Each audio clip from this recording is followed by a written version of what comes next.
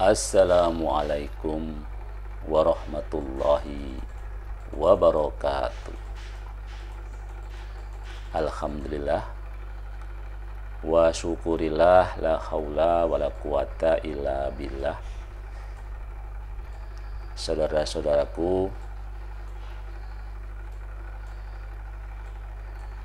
hari ini ya tanggal 10 Oktober tahun 2023, kita bertepatan dengan satu hari yaitu Hari Kesehatan Mental Sedunia. Jadi hari ini diperingati sebagai Hari Kesehatan Mental Sedunia ya. Dan ini sudah diperingati sejak lahirnya di tahun 1992, tetapi baru mulai diperingati di tahun 2 tahun setelahnya, jadi 1994 ya. Dalam kurun waktu tadi ya sudah sedemikian ya lumayan lama gitu ya, tantangan kesehatan mental ini sepertinya makin menjadi pusat perhatian di seluruh warga di seluruh dunia. Satu survei Ipsos Global yang bertajuk Health Service Monitor tahun 2023 ini menyatakan bahwa kesehatan mental ini menjadi satu dari sederet masalah kesehatan yang paling disoroti oleh banyak orang di belahan dunia. Jadi menjadi di posisi nomor 1 ya. Jadi kira-kira jumlahnya dari hasil survei di 31 negara itu adalah 44% ya, responden yang menilai bahwa kesehatan mental menjadi masalah kesehatan yang paling dikhawatirkan ya. Baru kemudian disusul kanker, dan yang nomor 3 ini masih sangat terkait dengan kesehatan mental, yaitu stres ya. Jadi kanker ini jumlahnya 40%, sedangkan stres itu posisi ketiga dengan jumlah 30% ya. Jadi di Hari Kesehatan Mental Sedunia ini kita bisa melihat betapa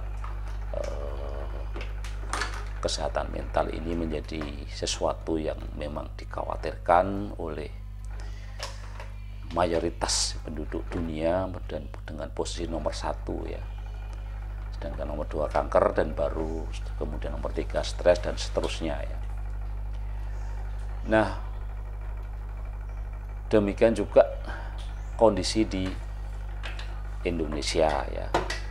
Satu survei dari lembaga riset Populik ya menunjukkan 52% masyarakat Indonesia ini mengaku punya gejala gangguan kesehatan mental. Dan kalau kita lihat dari gambaran umum, jumlah ODGJ di Indonesia ini mencapai 500.000 orang ya, ini data tahun 2022 ya. Nah, dari riset yang sama ini dilaporkan ya, hanya 9% responden yang berkonsultasi dengan profesional ya. Jadi ini yang juga menjadi prihatin kita ya, karena banyak mereka yang mengalami gangguan kesehatan mental ini tidak berkonsultasi kepada ahlinya ya, tetapi hanya 90% saja, 9% sorry ya, hanya 9% saja. Jadi yang lainnya ini berobat ke tempat-tempat lain ya. Nah, mayoritas itu mengatasinya dengan beribadah. Jadi ini satu sisi menunjukkan betapa religiusnya kita ya, tapi juga satu sisi yang lain betapa tidak rasionalnya kita gitu ya. Jadi saya kira religius iya ya, tetapi berubah secara rasional ini juga harus dipahami gitu ya. Jadi kita dengan sangat cepat untuk kesehatan jiwa ini, kesehatan mental ini, kita paling banyak itu mengatasinya ke mendekatkan diri kepada Tuhan ya, dengan cara menambah ibadah misalnya gitu ya. Di samping cara yang lain, jadi ini jumlahnya kira-kira 73% ya. Jadi kalau yang berobat ke pengobatan yang modern itu hanya 9% itu ya. 73% itu dengan beribadah ya. Dan cara keduanya itu dengan mencukupi jam tidur juga dan istirahat gitu ya. Nah, data yang lain bahwa yang cukup memprihatinkan ya dalam konteks kita memperingati Hari Kesehatan Mental Sedunia ini, khusus di Indonesia gitu ya. Ini dari hingga tahun 2022 ya, 2022 ini praktek pemasungan terhadap ODGJ ini masih banyak dilakukan masyarakat Indonesia ya. Kementerian Kesehatan menyebut sebanyak 4.304 ODGJ di Indonesia itu diduga dipasung ya, hingga triwulan kedua tahun 2022. Nah, ini juga keprihatinan kita ya, karena sesuai dengan standar penanganan ODGJ mestinya sudah tidak terjadi lagi pemasungan ini, dan tentu saja ini data yang kadang-kadang masih belum fake juga gitu ya, artinya kemungkinan lebih dari itu tuh yang paling mungkin gitu ya.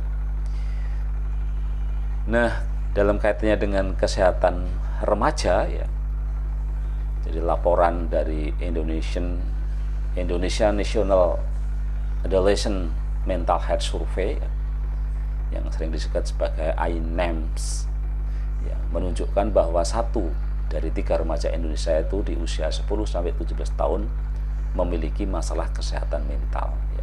Sementara 1 dari 20 remaja Indonesia memiliki gangguan mental dalam 12 bulan terakhir ya. Ini survei yang dilakukan di tahun 2002 juga ya. Dan sama juga dengan di data secara umum tadi yang menyebut angka 9% saja yang berobat ke tempat yang betul ya.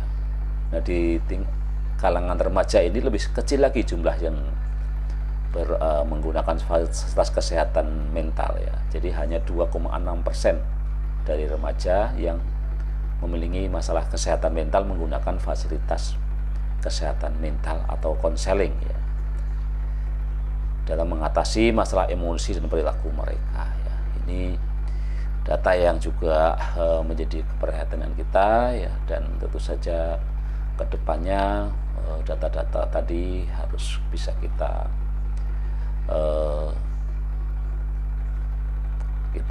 kita upayakan untuk bisa turun gitu ya. Bagaimana dari sisi jumlah ya, walaupun potensi kenaikan ya, kalau secara data statistik melihat tren itu kayaknya masih naik gitu ya. Jadi agak berlebihan kalau kita bisa menurunkan ya, bahkan kita mempertahankan saja itu dalam waktu singkat ini agak sulit ya. Karena apa ya? Karena ternyata faktor pemicu kesehatan mental di Indonesia ini yang pertama adalah soal masalah keuangan ya. Jadi kalau selalu digembor-gemborkan ekonomi kita meroket gitu ya, nampaknya agak susah ya kita dari data ini ya, karena ternyata masalah kesehatan mental ini ada hubungannya, salah satu penyebab yang menjadi penyebab utamanya ya, angkanya tertinggi untuk 59% sumbangan tentang pemicu kesehatan mental itu karena masalah keuangan gitu ya. Baru masalah-masalah berikutnya ada masalah kesepian, kemudian masalah beban pekerjaan, dan juga trauma masa lalu. Jadi itu kondisi yang harus kita sampaikan ya, bukan untuk untuk menjelekkan pihak-pihak yang berwenang, tetapi sebagai renungan ya, gambaran persoalan kesehatan mental di Indonesia ya, di hari ulang tahun kesehatan mental sedunia ini ya masih wajahnya itu masih wajah yang kalau tidak dibilang sedih ya, ya wajah yang ya harus ada upaya kerja keras lah gitu ya untuk bisa mengatasi persoalan ini ya.